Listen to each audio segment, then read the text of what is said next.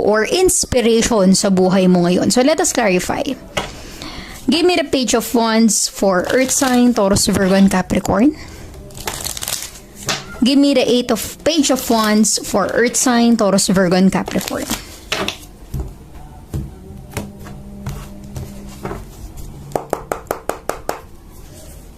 You have the Five of Pentacles on Earth sign. And the Six of Pentacles. Wow, 5 and 6. Okay? A strong Earth sign energy. And nafe-feel ko, Earth sign, Taurus, Virgo, and Capricorn, noon, okay, this is your past situation. Marami kang mga pinagdaanang hirap sa buhay. Ang iba sa inyo, sobrang kahirapan talaga with the Five of Pentacles. Nafe-feel ko na para bang lubog sa utang. Okay? Yung tipong humingi ka ng tulong pero hindi ka, pinagsaraduhan ka ng pinto, hindi ka binigyan ng pagkakataon. May mga taong nagdamot, umasa pero pinaasa. Okay? I'm really getting that kind of vibe. There's so much pain and sadness na maaaring nagiging dahilan kung bakit nagkakaroon ka ng hinanakit sa iba. Okay? Kung bakit nagkakaroon ka ng, alam mo yung ines.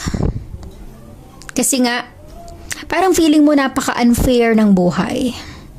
Bakit ganito yung nangyayari sa buhay mo pero ang iba taliwas or ibang-iba talaga. Okay, I'm really getting that kind of vibe. But Earth sign, Taurus, Virgo, and Capricorn, you have the Page of Wands. Ibig sabihin yan, there's a new passion.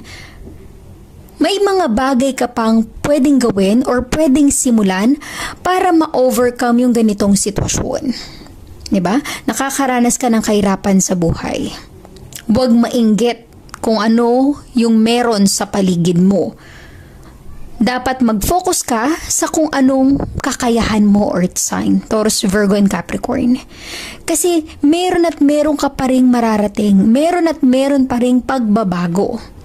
So kung ang sitwasyon mo sa buhay mo ngayon or kahit na-encounter mo na to, Earth sign, sobrang kahirapan, huwag kang mawala ng pag-asa. Kasi kung ma-feel mo yung Five of Pentacles, parang gusto na mag-give up eh. Pagod na, hirap na. But you have the Page of Wands. Yung Page of Wands is parang nagsisimula ka pa lang. Very immature. Wala kang alam, wala kang idea. Lahat tayo pinagdadaanan yan, Earth sign. Lahat tayo nagsisimula sa ganun. Okay? Wag mong masyadong i-discourage yung sarili mo na kulang ako sa ganito, wala akong kakayahan sa ganyan, or hindi ko to alam. Yung para bang mas marami ang rason kaysa sa solusyon. Okay?